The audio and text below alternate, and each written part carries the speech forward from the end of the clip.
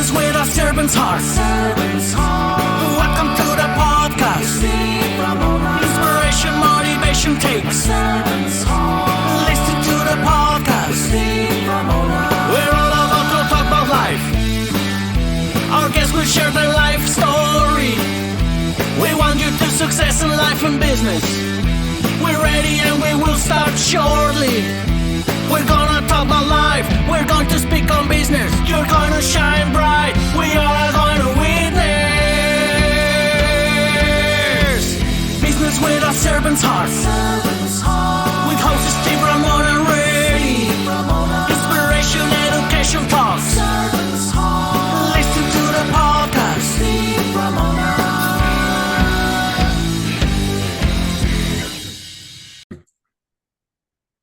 Welcome, everyone, to Doing Business with a Servant's Heart podcast. I'm your host, Steve Ramona. I am so fired up to have you join us today. We dedicated and explored doing this podcast for two things: to help build your business, but help build your life with a purpose. And what's that purpose? Doing a servant's heart, doing business, doing life with a servant's heart. The return on that is not financial or transactional. It's how you feel. But imagine you get to do that every day, given that gift of bringing value and serving somebody every day. I would try that. It's something that I love doing, and it's so great to do. My guests also, and I pick my guests so they do this for you. They motivate you, inspire you, and educate you how you can overcome the obstacles, how you can serve, how you can do so many great things to make a difference and impact in this world. And we all should be able to and want to be able to do that in whatever way that looks like. And today's sponsor is Pantheon Alliance. Pantheon Alliance is a group and community of high-income business leaders who want to create a thought leader platform to help everybody grow. Imagine growing your business with people that are making millions of dollars, billions of dollars, but they're sharing their secrets. Pantheon Alliance can do that. For more information, reach out to me and I'll get you all the information on that. With that being said, impact and change, straight talk. You know what that is? Honesty. Family, friends, business partners. We don't do a lot these days. We hide a lot. Fortunately, social media kind of allows us to hide a little bit, kind of help not have straight talk. Well, my guest today is going to talk about straight talk, but much more than that. Let's welcome to the show, Sandra. Sandra, welcome to the show. Thank you so much. It's wonderful to be here. It's quite a delight to be able to come to the world with straight talk. Yeah, and she's Canada, so she's a little international, even though I'm based in the U.S. I love my international folks. I want to jump in and go, what's the definition of straight talk for you? For me, straight talk is just, let's get real, get rid of the fluff, stop hiding behind anything at all. You know, we can put on that happy face, and we could do that, be a Pollyanna, but if you're crying inside, you better take time to address that as well and peel back and see what on earth is there that's dragging me down when I know I need to be up. Because we've all got the up. We have to find it. Yeah. Life's our ups and downs. There's no doubt about that. Confidence is a big part of this, right? Absolutely. Without confidence, how do we move forward? You know, for so many years, I can say it as a woman, but I suspect it's men as well. I expect it's universal. If we don't open our throat and let our voice out, if we are silenced in any way and we contain it, we're going to have a sore throat, first off. If your throat is seized up in any way, you have had your voice silenced.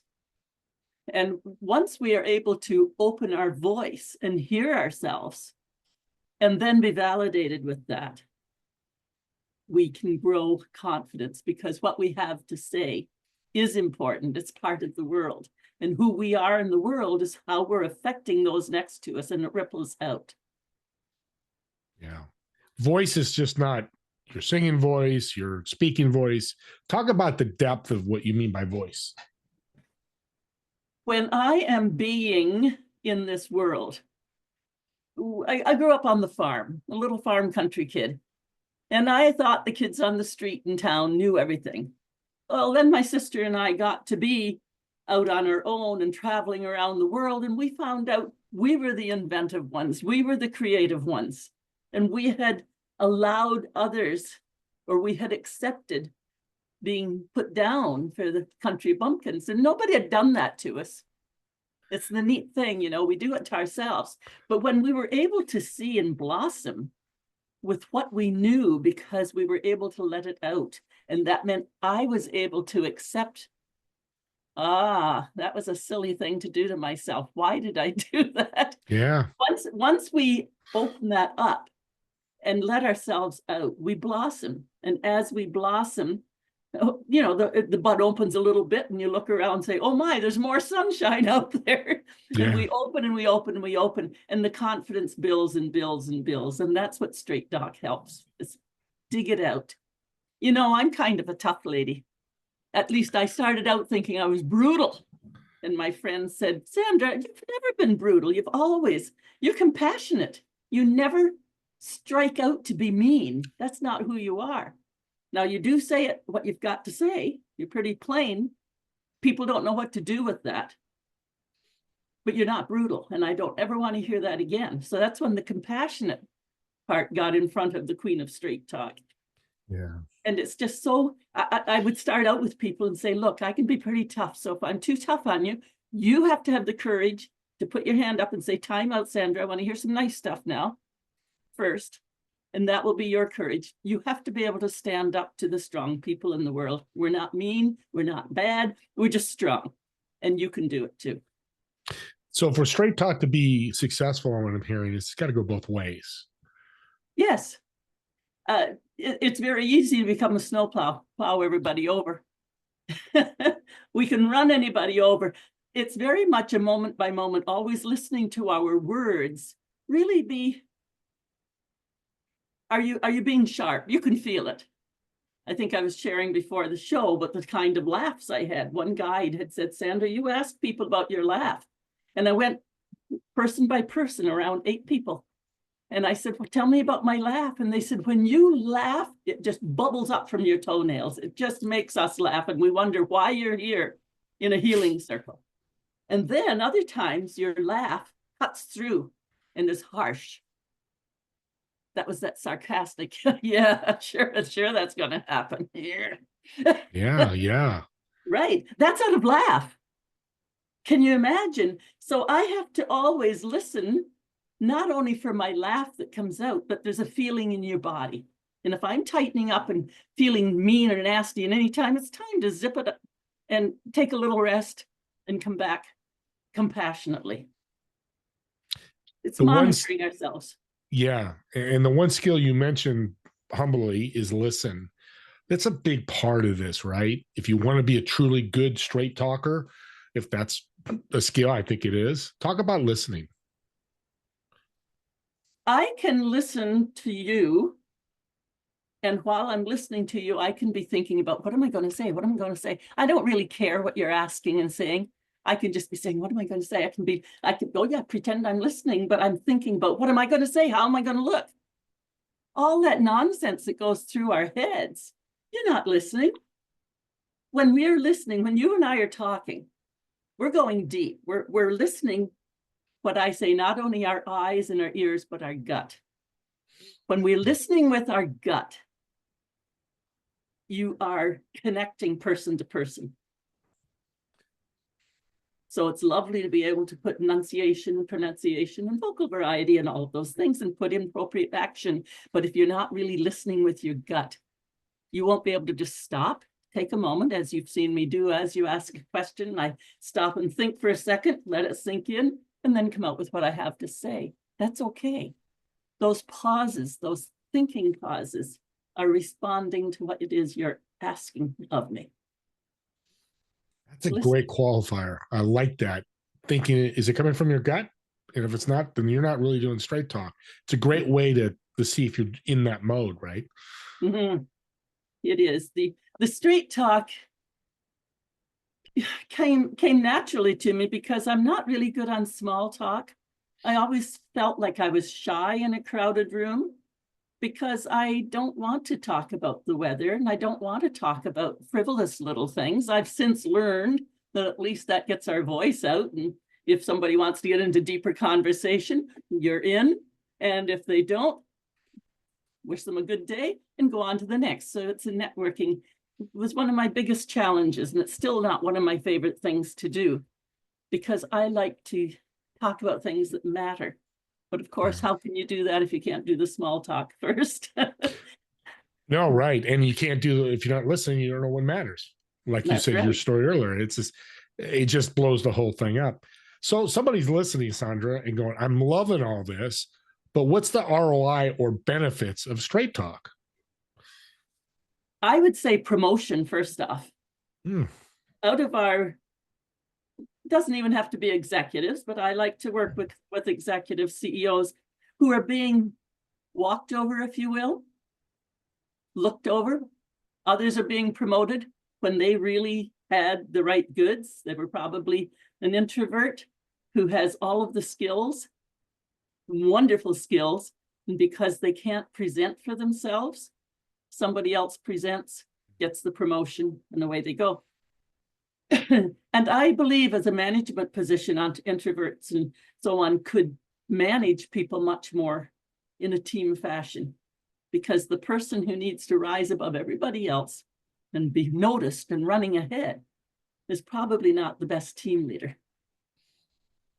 I think the ones that are silenced by themselves, thinking they're introverted, and they may be quiet. I'm an introvert and an extrovert, and I expect you are too. I really believe all of us are both introverts and extroverts. When we get excited, we're an extrovert. When we're thinking by ourselves, we're the introvert. Probably why I don't really like networking by itself. Yeah. Yeah, that would make it tough. But yeah, we can cut through all of it. But the return on communication is understanding the power of words. As soon as you hear yourself saying, oh, I should have, I learned to take that one word should decades ago and said, I'm not going to, that's my trigger. If I hear should, even in my mind, stop it right there. Make a decision. I do it or I don't do it. The decision. Clarity, decision, commitment. That's how you do it, one word at a time. And then listen to yourself. And the return is just amazing to go from being a victim and whining to finding the things to celebrate and carry forward, the torch to bear, the being over here. Who are we being? And all those old things will start to fade away, and you look around, oh, here I am being. And I get around here to the being. Look at that. I've met Steve. Oh my God, there's another world out there. I think I'm being over here. And I start behaving my way by being like a Steve Ramona. And this stuff fades away and this takes over. So the return is just your life, the life of freedom, to love yourself, accept yourself, and know that you're in the great place. And there's always more to explore over here. Reminds me of the caterpillar and the butterfly. Mm. Yeah, it's what you're talking about. It's changing in a great way. And part of all this that becomes negative is the self-doubt. I know you work on people's self-doubt as I searched you. What's a quick tip or a couple good tips you could give people to overcome self-doubt? We're all going to have it. We're human. We're fallible. Believe it or not, God or universe, they built us that way. But self-doubt, and I want to back up real quick, indecision is more dangerous than making the wrong decision. I love that you said that. Just make that decision. COVID taught us a lot of people that. Oh, what do I do? This is, and restaurants closed because they didn't make the decision to do this, that, or that. They just waited, and a number of industries. But talk about self-doubt, because that is self-doubt. Hard. It's hard. It is hard. And I think when I had to stop each time, and I think most of my changes over my decades has been finding a trigger, finding one thing to work on at a time. My goodness, if we changed one thing for 30 days, for 1 month, this month I'm working on should. Another month I was working on, oh, I can't afford that. No, you can't have that. You can't afford that. Stop it. You know what? It's not about whether I can afford it. Am I choosing to buy it or am I not? Because as it came out of my mouth, no, we can't afford. the snacks. Next moment, I was turning around paying a few $100s for a course. Well, don't tell me I couldn't have that if I'm up here because I'm a consumer of learning. What are you a consumer of? You're going to make that affordable. If you want to go to the extreme, if your child needed medical care, you'd find the way to afford it. You would make choices. I'm a smart woman. And I didn't know I had choices. I was already a school teacher. I was a mom. I was heading into my divorce. And I didn't know I had choices. Unbelievable. Of course we have a choice, but we have to have the courage and the confidence to jump in and make the choice. And there was another time my daughter was at university and she wanted to go and work at Wonderland for the summer. And she said, but we haven't got any place for me to live. I said, do you want to work at Wonderland? Yes, I do. Get the job first, and then we'll worry about where to live. So we make the decision and then we make it work. You know, as humans, we make decisions and then we rationalize them about why it's going to work. We do it anyhow. Yeah. So the cost of not making a decision is to leave yourself mired and digging and rooting. And then you can move very quickly into the victimhood of saying, oh, well, you know, I wanted to do that. I had that idea and they ran with it. Get it? They ran with it. Somebody took an idea and they actually made it happen by taking action, by making a decision. And if it's the wrong action? If it's the wrong answer, say, oops, and change it. Have you ever been to the restaurant and ordered fish and you don't like fish? Oops, send it back and get the steak.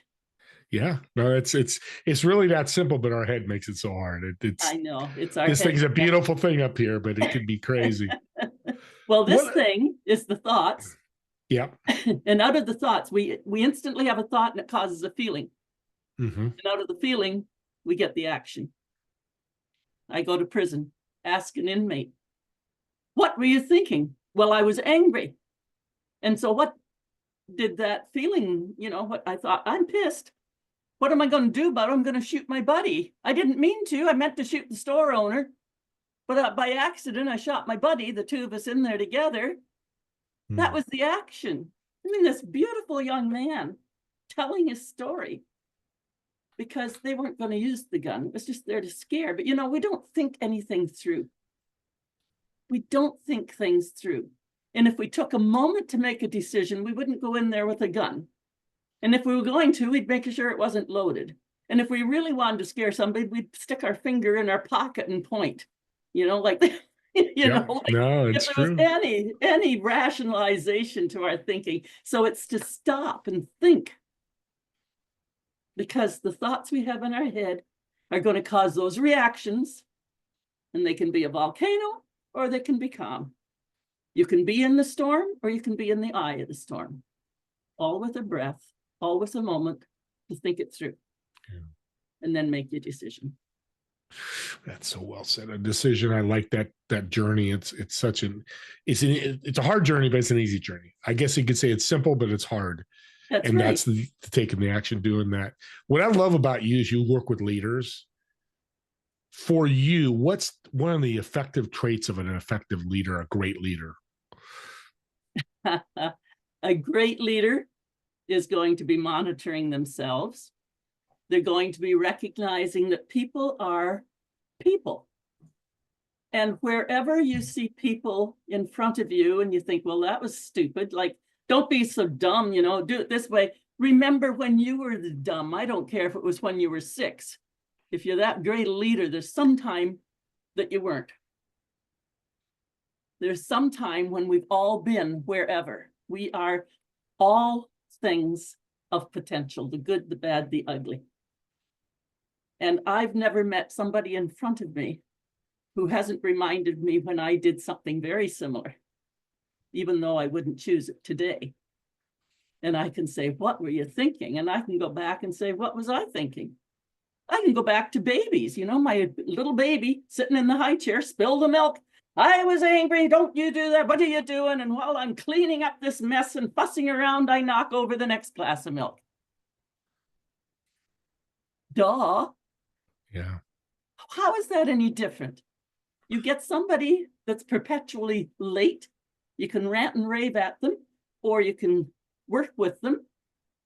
And either they are led with your questions and their answers to recognize that they're making excuses.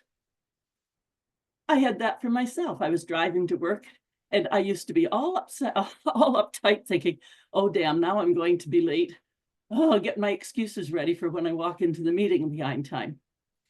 It's stressful. Yeah. Isn't it much easier to say, late, call ahead. I am running late. I'll be there as soon as possible. Done. And then breathe and listen to your music and go on to work. Or set your alarm and leave a little bit earlier. Yeah. Well, that story is just like the gun story. All those steps you could have done this same thing. Make that call. I'm going to be late. Most people aren't going to fire you or yell at you for that. And you know that. And if they do, you're in the wrong place anyway. Reactions cause actions. Right. Because as soon as somebody shoots you for that one, they're going to turn around, they're going to do it themselves and think, oh, don't tell anybody. I mean, we're humans. It's so important to be human. And then at certain points, you have to love them, let them go. I say, you love them, bless them, let them go. I've been in Uganda changing mindsets there with a beautiful young woman who said, Sandra, I was so angry all the time. And when you came and you taught me a different way, now I laugh. You know, you don't have to. If they're not ready, you don't have to teach them right then. When they're ready, they'll show up or get another teacher. Don't worry about it. Yeah. Laughter is so beautiful, especially with straight talk. And you laugh a lot. And I can see, it doesn't diminish the straight talk. It's just easier to take, I guess, or easier to listen to and do that. So we're coming to the end. This flew by and I knew it would because you're so awesome. Let's use this scenario, high stake conversation. I've got a meeting with somebody. It's $100 million contract. It's big. It's high stakes. What are the mistakes, or one or two mistakes people make, and how can they correct it? Say that one more time. I know about the big contract. Yeah. So how do I handle that and not make, what mistakes do I not make? What's one thing I shouldn't do when I walk into a high stake conversation like that? Get over yourself first and know that you might make a mistake. And if the person you're going to be talking to, multimillionaire or multi-billionaire, is human, they've made mistakes, and your mistake is not going to hinge on whether the sale is made or not. Your mistake is going to go with whether you connect or not and whether you care about each other or not. If you don't care, don't even go. And if you do care, prepare. Yes, naturally prepare. Do your best. Do your executive summary. Have your supporting document. You know how to prepare if you're going in for a high-level meeting. Get prepared. And after that, make sure you're rested up and then just a little bit excited. Because I've been on stage a lot. And if you don't have any butterflies when you go on stage, you're not going to perform. Yeah. You just want those butterflies in formation. And if they're not quite, while you're presenting, you can say, oops, just a minute, get my butterflies back here. Okay, guys, do it this way. And then start. Who's not going to have a chuckle and a laugh for that? That's so good. I don't care how rich you are or how many multimillionaires, it's not the money that matters, it's the humanity that matters. Beautiful. And we all need somebody to speak real and care. It's a great tagline. Money is not humanity. I love that. I'm going to write that down when we do. That's huge because they are human. And I love that part. But the other thing I tell people, next, and you don't say that out loud, but you go, hey, Sandra, the multi-billionaire didn't want my contract. Who's the next person I'm going to talk to? You don't worry about that. Because if you think you're the only person I'm going to talk to, it's not going to be good. Your mindset's going to be all over the place. Well, we've come to the end. God, we flew right by. Again, like I said, you're so awesome. I like to ask this fun question. I've got a reservation in Canada for you at a restaurant, table of 4, and you're sitting, of course, in one of the chairs. The other 3 chairs, who would you invite, dead or alive? Why would you invite them to sit with you? And what food would you order? You're going to laugh at this. After I was a school teacher, I was a waitress for 6 years. Oh, surprise. You've done so much. Oh my goodness. Well, in the insurance world, it'd be John Savage. He has passed away long ago, but he was my life insurance guru. He said, if you couldn't put it on a paper napkin, you couldn't put it down. You didn't know your stuff. If you can't put it on a page, you don't know it. If you can't teach it to a 6-year-old, you don't know it. That has been pure gold. Someone like yourself, open and sharing and ready to help me figure out, how do I blossom into what you're doing? The people who are going to share. So there'd be a Steve Ramona there. Internationally, I'm just so blessed. My ESL work. I'd have Share Every, Rambabu at Makura. He started Share Every, and I'm one of his stars. I'm there with him quarterly doing keynotes and people changing the world. There would be, I have one more, probably my dad. Yeah, he was pretty wise in his simplicity and his farmer's coveralls. He knew so much. Oh, that's so great. Farmer, it's simple in his coveralls, but smart as well. Okay, what are we eating at the table? Sorry? What food are we eating? Oh, right, food. Probably roast beef and mashed potatoes with gravy. Okay, I definitely want to sit at that table. Sandra, I want to thank you so much. You are blessed. An audience, and you seniors out there, she's a senior. I'm not saying her age, because you never do that as a man, because you get in trouble. But what I love about her, she's serving in her older years. Yeah, she's got a coaching practice. She brings value, but she does it from the heart, not from the money. So you seniors out there listening, start doing something. Maybe it's going to a soup kitchen twice a week. Be active like her. She's so lovely, so energetic, and so powerful and positive. We need to be that if you're 50 or over. That's just, to me, an age where we've been through a lot. We've learned. Now it's time to give back. And you do that so well. You do so many things. I know people listening are going to go, how do I talk to Sandra? How can they get a hold of you? I think the best way is really look me up on LinkedIn. It's a nice, simple way. You've got my name, the Facebook as well. Private message me there. I've got my webpage, sandravalks.ca. But really, I'm very easy to find because I'm a little unusual, and you won't miss the pink. You will not miss the pink hair, that's for sure.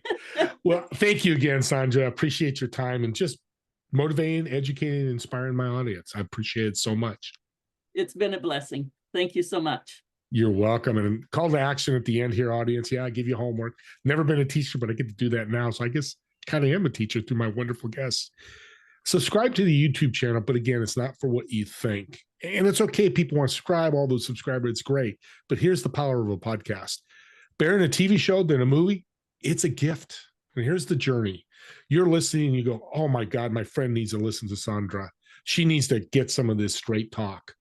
Well, you subscribe, you get this, oh, there's Sandra, and you grab that link and you give them as a gift. Go, hey, take 10, 15 minutes and listen to Sandra and talk about straight talk. And they do, and they reach out to Sandra, and maybe they hire her, or Sandra gives her a tip.